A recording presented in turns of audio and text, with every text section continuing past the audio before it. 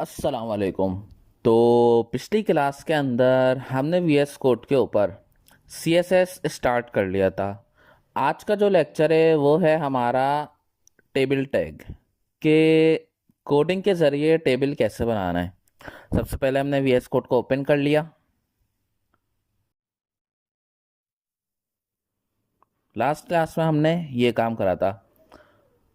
आज का जो हमारा काम है वो है टेबल टैग। सबसे पहले हम एक न्यू फाइल बना के उसको सेव कर लेते हैं। lecture4.html लिखना लाजमी है क्योंकि एक्सटेंशन बतानी पड़ती है हमें, हमारी क्या है, टाइप क्या है हमारी इसकी। अच्छा, आपको टेबल बनाना है। हम्म,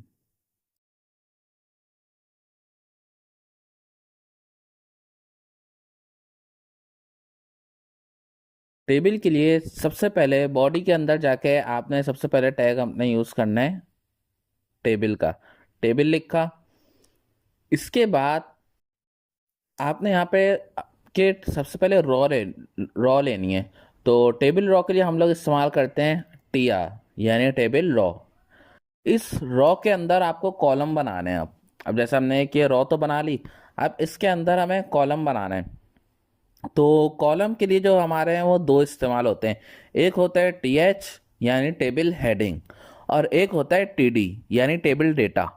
अगर आप हेडिंग के लिए कॉलम बनाना चाह रहे हैं तो हम यूज़ करेंगे टीएच। जैसे सबसे पहली रॉ में मुझे एक पहली हेडिंग लिखनी है, तो यहाँ पे मैंने टीएच लिख दिया। पहली हेडिंग हमने डाल ली सीरियल नंबर। इसी रॉ के अंदर मुझे सेकंड कॉलम बनाना है, वो भी हेडिंग के लिए बनाना है, तो इसलिए मैंने यहाँ पे दोबारा टीएच इस्तेमाल करा, नेम लिख दिया। दोबारा टीएच इस्तेमाल करा, एच लिख दी। दोबारा टीएच इस्तेमाल करा और यहाँ पे हमने लिख दी क्लास।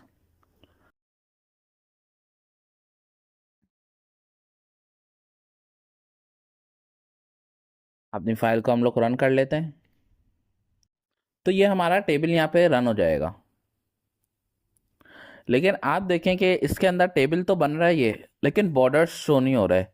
अगर आप बॉर्डर शो करवाना चाह रहे हैं तो जहां हमने ऊपर टेबल लिखा है इसके अंदर जाके आपने सबसे पहले लिखना है बॉर्डर। और बॉर्डर कितना चौड़ा है, विड्थ कितनी देना चाह रहे हैं, हमने लिख दिया यहाँ पे 2px। इधर गए, रिफ्रेश करा, तो उससे हमारा वो बॉर्डर लगा दिया। अच्छा, ये हमारी एक रॉ कंप्लीट हो गई। अगर इसके अंदर आपको और कॉलम बनाना है तो आप इसके बाद और आगे बढ़ सकते हैं, लेकिन मुझे अब अगली रॉ में आना है। तो नेक्स्ट रॉ के अंदर आने के लिए जहां पे ये टीआर हमारा क्लोज हो रहा है, इसके बाद आपने दोबारा टीआर इस्तेमाल कर लेना है। ये हमारी सेकंड रॉ के लिए हो गया।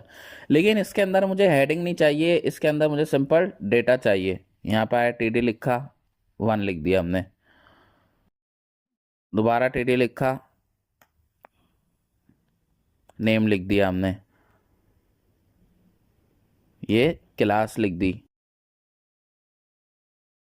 एज आ गई हमारी। अब सबसे पहले हमने यहाँ पे अपना वो लिख दिया सीरियल नंबर, उसके बाद नेम जॉन, एज 12, क्लास 5। यहाँ गए, रिफ्रेश करा। ये आप देख सकते हैं यहाँ पे हेडिंग में जो हमने इस्तेमाल करा है वो बोल्ड फॉर्म में आया है, लेकिन हमारा जो दूसरा काम है वो सिंपल टेक्स्ट फॉर्म में पैराग्राफ के उसमें हमारा आया हुआ है। इसी तरह अगली रॉ में आना है। इसी तरह आप बार बार टीआर इस्तेमाल करते रहेंगे नेक्स्ट रॉ के अंदर आने के लिए। यहाँ पे गए, वही काम करा, नाम सीरियल नंबर चेंज, नाम चेंज, एज भी हम लोग चेंज कर लेते हैं, क्लास वही रहने दी, रिफ्रेश करा। इस तरीके से हमारा बढ़ता चला जाएगा। इसी तरह हमें कुछ और टेबल बनाना है। अब जैसे ये टेबल तो बन गया, मैं कुछ और टेबल बना के दिखाता हूँ दोबारा।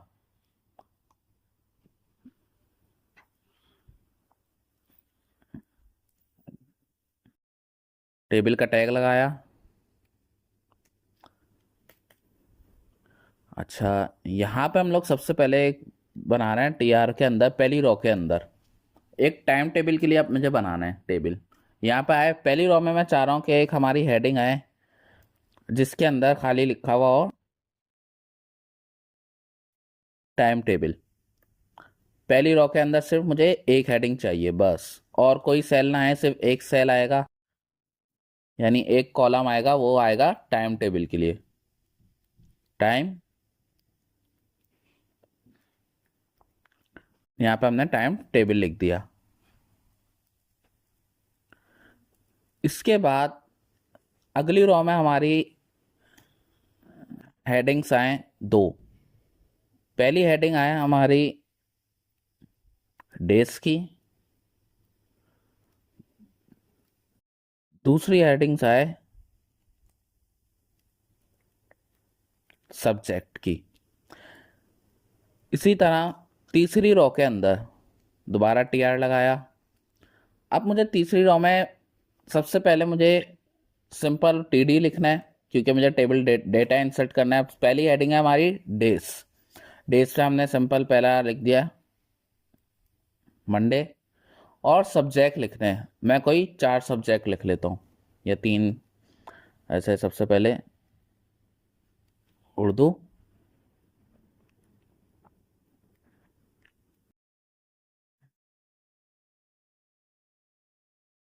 इंग्लिश, और यहाँ पे हमने एक यूज़ कर लिया मैथ्स। अपने काम को यहाँ पे रन करा। अभी वो हमारा बॉर्डर नहीं आ रहा है क्योंकि टेबल के अंदर फिर बॉर्डर नहीं लगाया हमने। यहाँ पे जैसे ही आप बॉर्डर अप्लाई करेंगे तो वो बॉर्डर उसके अंदर आ जाएगा।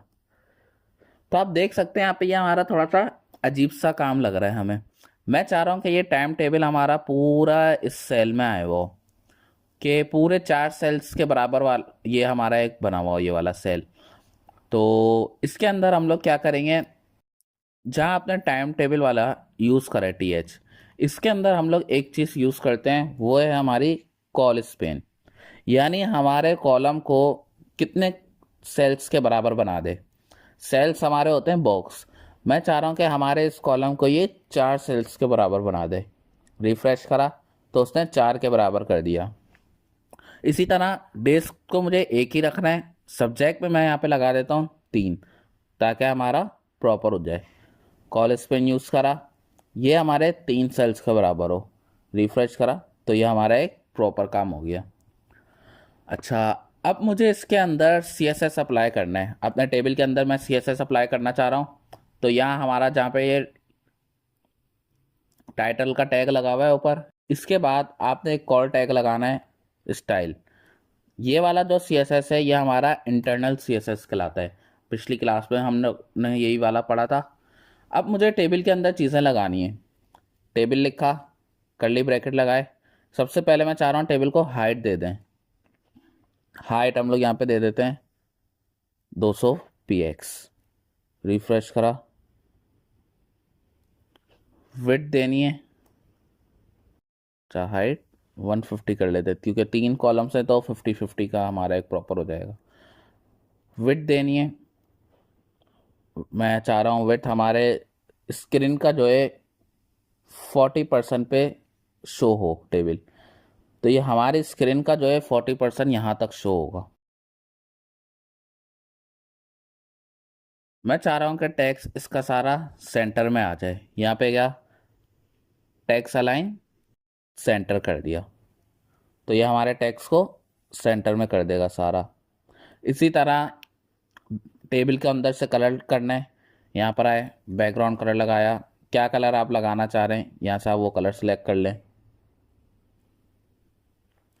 आपको बॉर्डर कलर चेंज करना है, यहाँ पर आए, बॉर्डर कलर लिखा, बॉर्डर कलर क्या लगाना है यहाँ से वो कलर सेलेक्ट करा, यहाँ पे गए, रिफ्रेश करा तो वो आपका इस तरह चेंज करता जाएगा।